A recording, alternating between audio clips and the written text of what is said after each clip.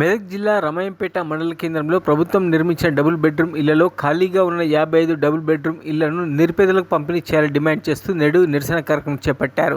Bharatiya Janata party ఆధ్వర్యంలో నిరుపేదలు స్థానిక తహసీల్దార్ కార్యాలయం వద్ద డబుల్ బెడ్రూమ్ ఇళ్ల కోసం దరఖాస్తు చేసుకున్నారు. అనంతరం నిరుపేదలు మున్సిపల్ కార్యాలయం వద్దకు చేరుకొని ఆందోళన చేపట్టారు. కార్యాలయం ముందు బైఠాయించి అధికారులకు వ్యతిరేకంగా నినాదాలు చేశారు. అనంతరం బస్టాండ్ వద్ద రస్తారోకో చేపట్టారు.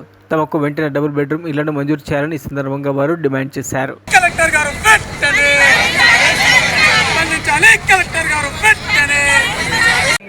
అదేవిధంగా ఈ యొక్క రామాయంపేట మున్సిపాలిటీలో దాదాపు చాలా మంది కూడా ప్రతి వార్డులో అన్ని ఎలక్షన్లకు కూడా మీకు డబుల్ బెడ్రూమ్ ఇల్లు ఇస్తాము, మాకు ఓటేయు లిస్టులో మీ పేరు ఉంది అని చెప్పుకుంటూ ఇక్కడ ఉన్న ప్రజలందరినీ కూడా మోసం చేసిన ఈ నాయకులు మేము ఒకటే అడుగుతున్నాము.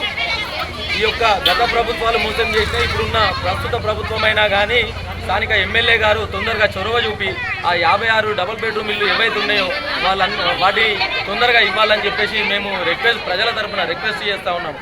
అంతేకాకుండా నిన్న పోలీసు వాళ్ళు ఎవరైతే డబుల్ బెడ్రూమ్ల దగ్గరికి వీళ్ళందరూ కూడా వెళ్తే వీళ్ళందరి మీద కేసులు చేస్తామని చెప్పేసి బెదిరించి నవ్వుకుంటూ హేళన చేసుకుంటూ పోలీసు వాళ్ళు చేసిరట.